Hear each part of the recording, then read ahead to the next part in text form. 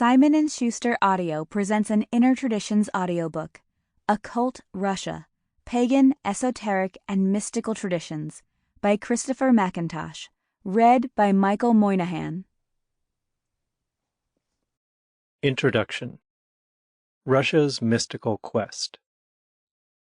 Upon hearing the word Russia, you may think of military parades in Red Square, the war in Ukraine, the annexation of the Crimea, gangsters, internet hackers, assassinations of journalists, and imprisonment of opposition politicians.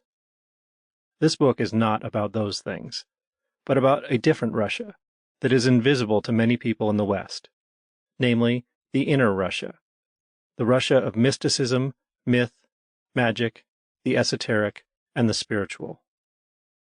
The time is ripe for an investigation of Russia from this perspective. Like a vast river, long icebound, the spiritual force deep in the Russian soul is moving again. In the wake of the collapse of communism, the Russian people are seeking new, or often old, ways of giving meaning to their lives. This search has given rise both to a revival of ancient spiritual traditions and to a plethora of new movements, cults, sects, isms, and ologies, most of which would have been banned in the Soviet era. Out of this ferment, exciting things are emerging, and the intention of this book is to make them known to Western readers and to attempt to uncover the deeper significance that I believe underlies these developments.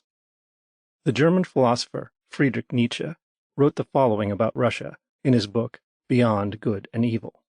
Quote, "The strength to will, and to will something for a long time, is somewhat stronger already in Germany, considerably stronger in England, Spain, and Corsica, but strongest, and most astonishing of all, in that gigantic empire in between, where Europe, as it were, flows back into Asia, namely, in Russia."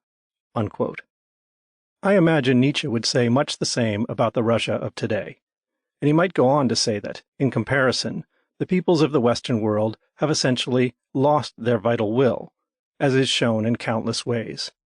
The dominance of a global capitalism that wants to turn the world into the image of a suburban shopping mall full of docile consumers, the loss of pride in one's nation and local community, the erosion of tradition and inherited values, the betrayal of beauty in the arts and architecture, the falling birth rates, the decline of religion and the failure to put anything meaningful in its place, the dumbing down of the language we use, the banality of the most public debate.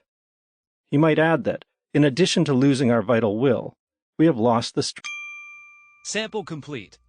Ready to continue?